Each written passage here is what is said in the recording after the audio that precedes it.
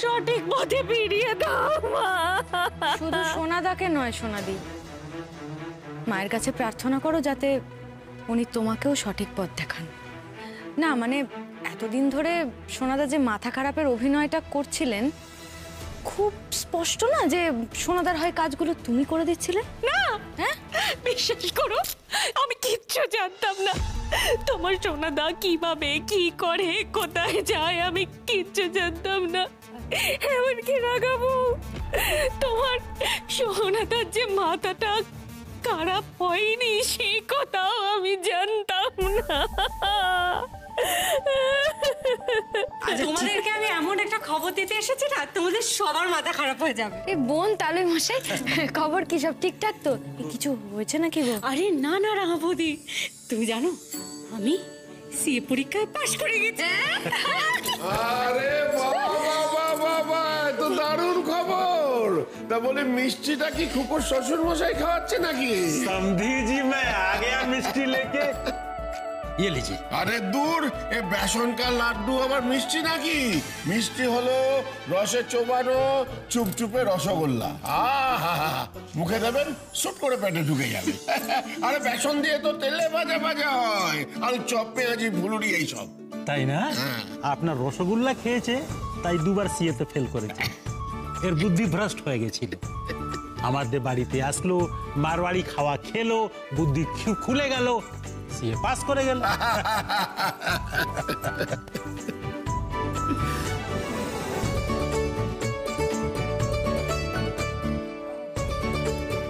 High, আমি সীমন্তিনী। এই বাড়িতে সবাই আমাকে খুকু বলে ডাকে। আমি রাঙা বৌদির কাছে শুনেছি তোমার এই বাড়িতে আসার কথাটা, আমি খুব খুশি হয়েছি। আচ্ছা দেখো কি ভালো বিষয় যে তুমিও এই বাড়িতে চলে আসলে আর আমিও সিএ পরীক্ষায় পাশ করে গেলাম, তাই না? বিশ্বাস করো আমরা সবাই মিলে না খুব মজা করব। কি রাঙা বৌদি, ঠিক বললাম না? একদম, আমরা সবাই মিলে খুব মজা করব। তুমি চুপ করো। তুমি আমাকে এবার বলো তো, এত আনন্দের একটা খবর দিলে কি খাবে এবার বলো? খাওয়া কি রাঙা বৌদি, আমি যে এই সিএ পরীক্ষায় পাশ করে নিজের বিপদটা নিজেই ডেকে আনলাম। মানে একটা ঝামেলায় পড়লাম। এই যে দেখো আমি সিএ পরীক্ষায় পাশ করে গেলাম, আমার শাশুড়ি না আমাকে আরো প্রেশার করছে বাচ্চা নেওয়ার জন্য। ও রাঙা বৌদি, আমি তো এখন কনসিভ করতে চাইছি না। আর দেখো আমি তো এখন চাকরি বাকরি করবো, আমি এখন মা হতে চাই না। আচ্ছা তুমি আমাকে একটা কথা বলো, যে আমার কি বয়স সত্যি পেরিয়ে যাচ্ছে? না না, এটা কোনো সমস্যা নয়, তুমি না চাইলে আর আচ্ছা রাঙা বৌদি, আমার নাম, হ্যাঁ মানে আমি ভাবছিলাম যে আমি না বড় চাপা একটা ডাক্তারের সাথে কনসাল্ট করব। দেখো মা মামিজি সবাই বলছে যে আমার বয়স পেরিয়ে যাচ্ছে, আমি বরঞ্চ সেটাই একটু ডাক্তারের সাথে কনসাল্ট করি। ডাক্তারবাবু যদি আমাকে একবার বলে দেয় না যে আমার কাছে এখনো 2-1 বছর টাইম আছে, ব্যাস তাহলেই কেল্লা ফতে। হ্যাঁ ঠিক আছে, সেটা হলেও হতে পারে। ডাক্তারবাবু আগে কি বলেন দেখো, হ্যাঁ আমিও দেখি, তারপর সেরকম হলে না হয় আমি আর বড় মা ওই রাজেশ দাদার মায়ের সঙ্গে আবার কথা বলতে যাবো। আমি যাবো, আমি কথা দিচ্ছি যাবো। সত্যি? তুমি যাবে তো রাঙা বৌদি? Thank you thank you thank you so much. Prashanta Roy এইভাবে হেরে যেতে পারে না সমর। দেখুন, লব সেজে রকি তো বাড়িতে ঢুকে গেছে, ভালো কথা, কিন্তু ওই আলতায় বিষ মেশানোর ঘটনাটা ঘটার পর ফ্যাক্টরিতে এখনো ঠিকঠাক মতো চালুই হয়নি। আর তার মধ্যে আমাদের একটা কর্মচারী এই আলতায় বিষ মেশানোর ওইসব ইয়েতে টপকে গেল না, তো অনেক টাকা ক্ষতিপূরণ দিতে হয়েছে। ওই কুশের কাছে বা বাবার কাছে এই মুহূর্তে খুব একটা বেশি ফ্যাক্টরির টাকা নেই। তার মানে ব্যবসা এখন ভরাডুবি, রাইট? আর এই সুযোগে সতীরক্ষী আলতা সিঁদুর কোম্পানি আমার নিজের নামে লিখিয়ে নিতে হবে। কিন্তু একটা কথা ভেবে দেখেছেন, রকি যদি সবকিছু ফাঁস করে দেয়, ও যদি বলে দেয় যে আপনি ওকে দিয়ে কি কি কাজ করিয়েছেন? না, ওটা নিয়ে আমি কিছুই ভাবছি না। রকি নিজের মুখে নিশ্চয়ই স্বীকার করবে না ও কি কি অন্যায় করেছে। আর যদি স্বীকার করে তাহলে তার হাজতবাস। এখন শুধু একটাই কাজ, সতীরক্ষী আলতা সিঁদুর কোম্পানির কর্মচারীদের খেপিয়ে তুলতে হবে। কজন মারা গেছে বললে? একজন না? সেই চিতার আগুনে আমি তরুণজ্যোতি শীলের পতন লিখব।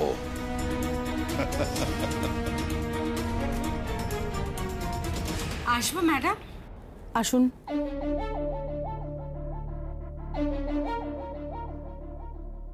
নাম? সীমন্তিনী চোরারিয়া। বয়স? 29 বছর। কত মাস হলো? বাড়িতে টেস্ট করিয়েছেন নাকি ক্লিনিকে? না না ম্যাডাম, কেউ প্রেগনেন্ট নয়। আসলে আমরা একটু ওই কথা বলতে এসেছিলাম প্রেগনেন্সির ব্যাপারে। দেখুন, টেস্ট কিট ভুল রিপোর্ট দিতে পারে, কিন্তু আমার চোখে ফাঁকি দেওয়া অত সহজ নয়। যান, শুয়ে পড়ুন, চেক আপ করবো। রাঙাবতী, বলছি যে আমার প্রেগনেন্ট হওয়া তো পসিবল নয়। মানে বলছিলাম এই মাসেই তো আমার। ডাকছে যখন যাও না সোনা, যাও যাও যাও। আপনি কেন আসছেন? আপনাকে তো বলিনি। আমি তো ওনাকে বলেছি। আমায় কেন? আমার বোন কথা বলতে এসেছে তো, আমি না। রাঙাবতী, তুমি প্রেগনেন্ট? তুমি তো বলনি আমাকে। আরে আমি কি করে বলবো বাপু, আমি জানি না কি ছাই। মাথা ঘোরে না? বমি পায় না? মাথা তো হ্যাঁ, একদিন রাস্তায় বেরিয়েছিলাম কাজে, মাথাটা একটু ঘুরে গেছিল, তবে সেটা তো ওই খাইনি বলে। চলুন আগে আপনার চেক আপটা করে নিই, তারপর টেস্ট করব, র্যাপিড টেস্ট।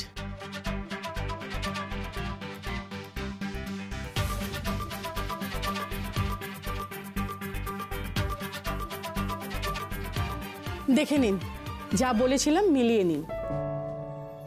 রাঙাবতী, রিপোর্ট তো পজিটিভ, মানে তুমি প্রেগনেন্ট, তুমি মা হতে চলেছো।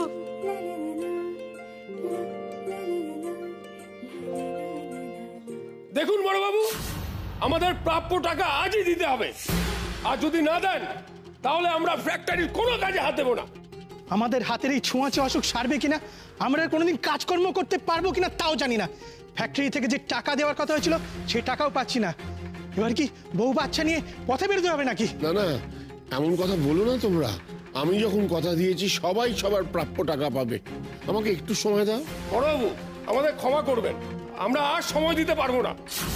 আমাদের প্রাপ্য যখন পেলাম না, তখন তো এবার পুলিশ ডাকতে হবে। হ্যাঁ, চলো।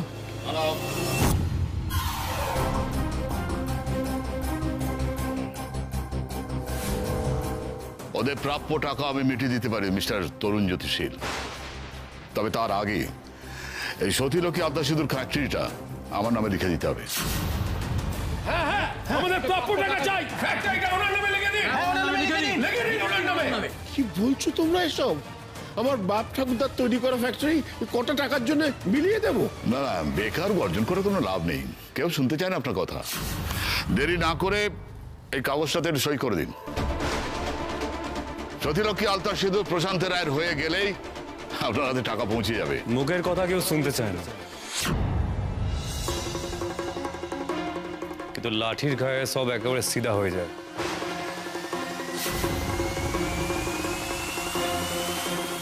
আপনি ফ্যাক্টরির সমস্ত কর্মচারীদের খুশলি ছিলেন, তাই না? সতীলক্ষ্মী আলতা সিঁদুর কোম্পানি মানে নিজের নামে লিখিয়ে নেবেন বলে, তাই তো? এতই সহজ? আরে হামদনও থাকতে জেঠুমনির ফ্যাক্টরিতে কাউকে হাত দিতে দেবো না। হ্যাঁ, জানা আপনারা যা যা চাইছেন ও সব আপনাদের প্রাপ্য আছে। দেখুন, এই সমস্ত যা হয়েছে না ফ্যাক্টরিতে, এই আদমি আমাকে দিয়ে করিয়েছে।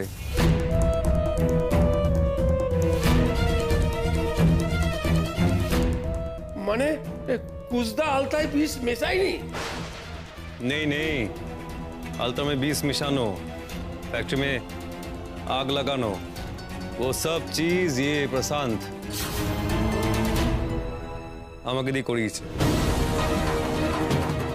अब तुम लोग बोलो, क्षतिपूर्ण का पैसा जेठीमुनो देवे ना कि ये वांगड़ू देवे?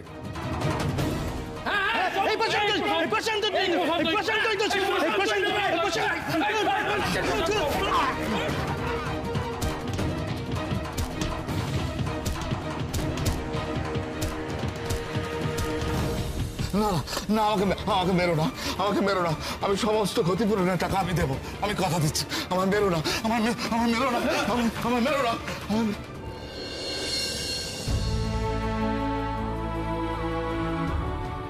আস্তে আস্তে সাবধানে হাঁটো রাঙাবতী, একদম তাড়াহুড়ো করবে না কিন্তু। কি হচ্ছে? কি সাবধান হবে মানে কি হচ্ছে? বল। আরে বাবা রাঙাদা, তুই যেরকমটা ভাবছিস সেরকম কিন্তু কিছু নয়, মানে? কিন্তু আসল খবরটা শুনলে তোর কিন্তু একটা জোরে ধাক্কা লাগবে। কি আসল পাখি বলো না, কি হচ্ছে আমাকে বলো তো। মানে আচ্ছা ঠিক আছে আমি বলছি, হ্যাঁ। শোনে দিক। প্রেগনেন্ট? হ্যাঁ,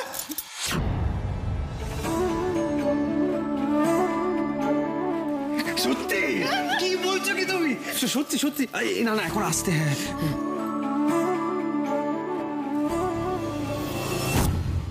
বাবা সীমন্তিনী, তুমি তো একবারে খুশির জোয়ার এনে দিলে গো বাড়িতে এই খবরটা শুনিয়ে।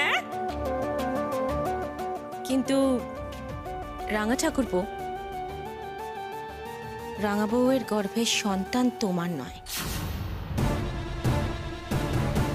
রাঙা বউয়ের গর্ভের সন্তানের বাবা লব।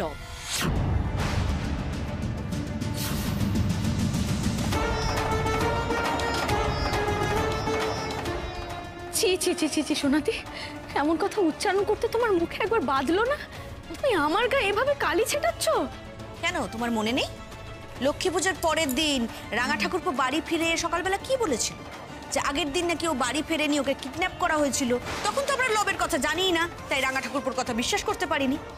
তো এখন তো সব দুধ কা দুধ পানি কা পানি হয়ে গেল। রাঙাবু, সত্যি করে বলো, ওই দিন রাত্রিবেলা ঠিক কি ঘটেছিল?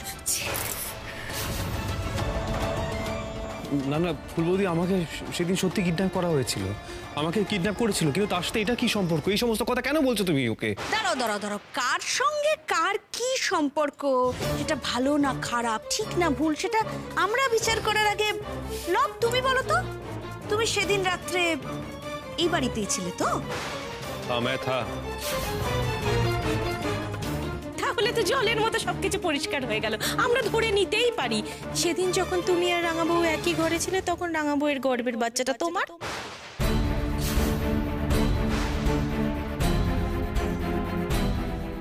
এই क्या बोली?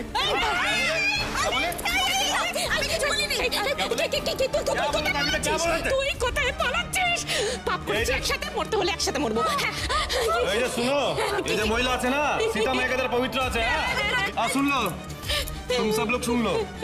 ওই রাতে মাঝরাতে আমি ছিলাম, একসাথে ছিলাম, ঠিক আছে? লেকিন যেন ওনার কোনো অপমান না হয় তাই মাঝরাতে বেরিয়ে গেছিলাম, ঠিক আছে? আর ज़्यादा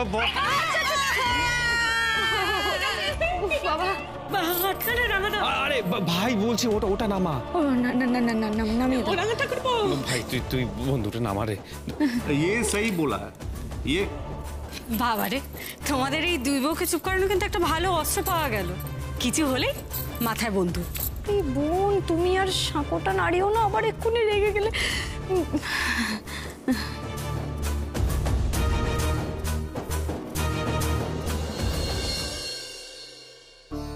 কুশ, এইসব কথার পরিপ্রেক্ষিতে কিন্তু রাঙা বউয়ের ওপর কোনো ক্ষোভ রেখো না তুমি। না না, সেটা প্রশ্নই ওঠে না জেঠিমণি। যে যাই বলুকটা কেন, আমি পাখিকে কোনোদিনও অবিশ্বাস করিনি, আজীবন করব না। এই বিশ্বাস যেন সারা জীবন অটুট থাকে। থাক বাবা, থাক থাক। না না না বাবু,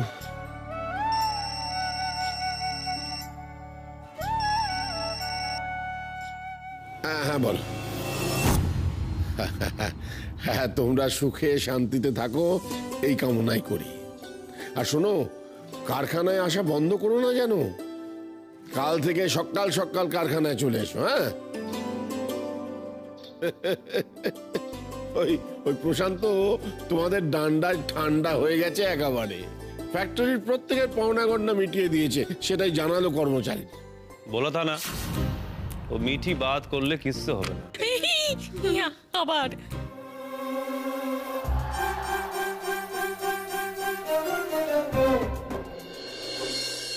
কি ব্যাপার পিঙ্কি, হঠাৎ কাউকে কিছু না বলে মিকিকে নিয়ে কলকাতায় চলে এলি, এখন আবার আমাকে কলকাতায় ডেকে পাঠালি, হয়েছেটা কি? আমি রকির খোঁজ পেয়ে গেছি বাবা, ও বেঁচে আছে। তা কি করে সম্ভব? আমি তো 5 বছর আগেই রকিকে। কি হলো, থেমে গেলে কেন? কি মানে তুমি 5 বছর আগে রকিকে মেরে ফেলেছিলে, তাই তো? দেখ পিঙ্কি, রকি একটা গুন্ডা, তুই ওর সঙ্গে থাকলে তুই ভালো থাকতিস না। তুই ভুলে যা, ওকে বাড়ি চল। কোথাও যাব না আমি বাবা। তুমি রকিকে শেষ করে দিতে চেয়েছিলে, তারপর ও কেন বেঁচে আছে তুমি জানো সেটা? আমার ভালোবাসার জন্য, আমার সন্তানের তার বাবাকে দেখার আশায় ও এখন অবধি বেঁচে আছে। রকিকে একবার না একাধিকবার খুন করার চেষ্টার জন্য পুলিশ তোমাকে অ্যারেস্ট করতে এসেছিল। পিঙ্কি, তোর এত বড় সাহস, তুই আমাকে পুলিশের হুমকি দিচ্ছিস? হুমকি নয় বাবা, আমি সঙ্গে করে পুলিশ নিয়ে এসেছি। আর তুমি চেয়েও অস্বীকার করতে পারবে না বাবা, কারণ তোমার বিরুদ্ধে রকির কাছে সব প্রমাণ রয়েছে। আসুন officer, arrest him. Pinki, Pinki মা বিশ্বাস কর, ছেলেটা ভালো নয়, তুই ভালো থাকতিস না ওর সাথে। বাবা এটা কোনো কারণ হতে পারে না ওকে খুন করতে চাওয়ার। এক্সকিউজ দিও না। এক সেকেন্ড অফিসার, একটা কাজ বাকি আছে।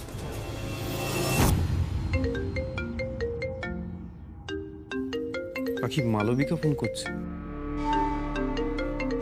ভিডিও কল করেছে। কি হ্যাঁ হ্যাঁ হ্যাঁ হ্যাঁ, একটু রকিকে ফোনটা দেবে? পাখি তুমি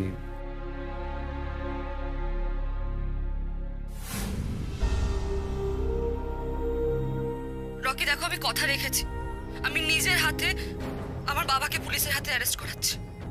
দেখো, নিয়ে চলো নাকি? মিকির সামনে সব কি করছিস তুই পিঙ্কি? চলুন চলুন। মায়ের কি হবে? তুই আমাকে ছেড়ে দে, আমার ছেড়ে দে, আমার ছেড়ে দে পিঙ্কি, আমার ছেড়ে দে। এবার আমার কথা বিশ্বাস হয়েছে তো?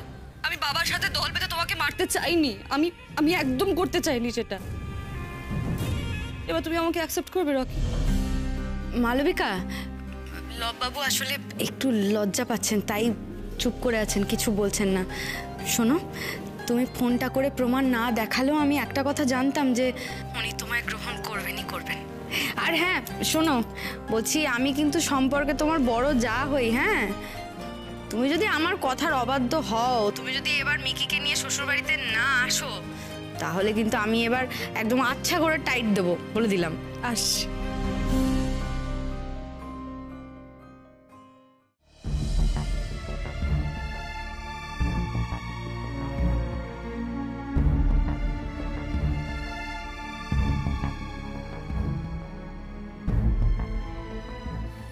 হিরো, এটা খেয়ে নাও।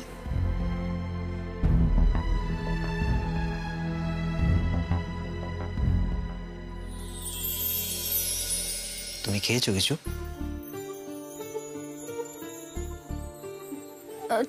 তুমি খাও, আমি পরে খাবো খুন।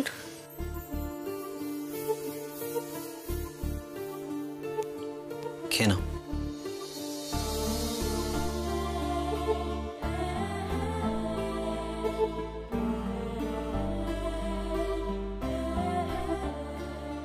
তুমিও খাও। আচ্ছা কুসুম, আমার একটা কথা বলবে? তুমি আমাকে থানা থেকে ছাড়িয়ে আনলে কেন? কি হলো, কথার উত্তর দিলে না যে? আমাকে তো মা বলেছিল, কিন্তু জানো তো হিরো, আমারও না কেমন মনে হচ্ছিল। তুমি তো আমার স্বামী, বলো, তুমি মারো বকো যাই করো, আমার তো তোমার কাছে আশ্রয়, তাই না? কিন্তু জানো তো, আমি তো দেখেছি এই বাড়িতে সবসময় কেমন ঝামেলা হয়, কিন্তু এই এত ঝামেলার মধ্যে দিদি না সবাইকে কি সুন্দর সামলে রেখেছে বলো। এই ধরো আমাকে, তোমাকে, বাড়ির লোকজনকে, পুরো পরিবারকে। আমি না দিদির থেকে দেখে দেখে একটু একটু শিখেছি, একটু একটু আমিও শিখেছি কিভাবে আগলে রাখতে হয়। এই এত কিছুর পরও যখন তুমি আমার গায়ে হাত তুলেছিলে, তখন তো আমি দিদিকে একবার ডাকতে দিদি ছুটতে চলে এসেছিল।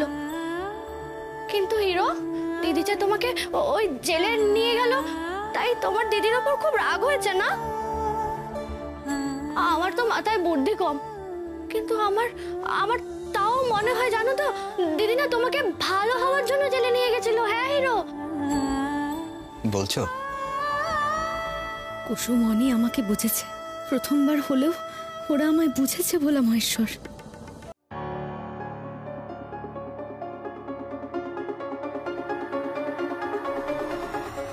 এটা সেই লোকটা না যার সাথে মনি দিদি প্রেম করে বলেছিল?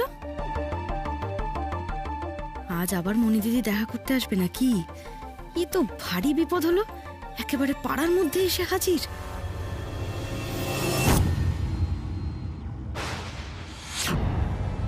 আমাকে ওয়েট করানো ছাড়া তোমার আর কোনো কাজ নেই।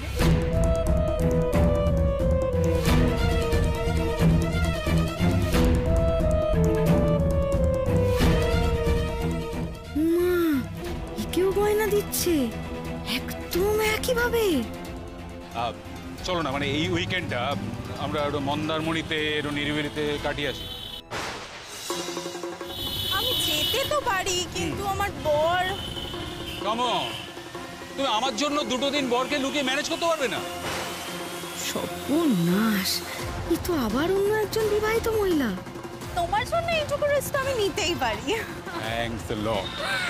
তাহলে সন্ধ্যাবেলা ওই আমাদের সেই কোজি রেস্টুরেন্ট, ওখানে বসে আমরা শনি রবির প্ল্যানটা করে দিচ্ছি, মানে মন্দারমণির প্ল্যান। হ্যাঁ,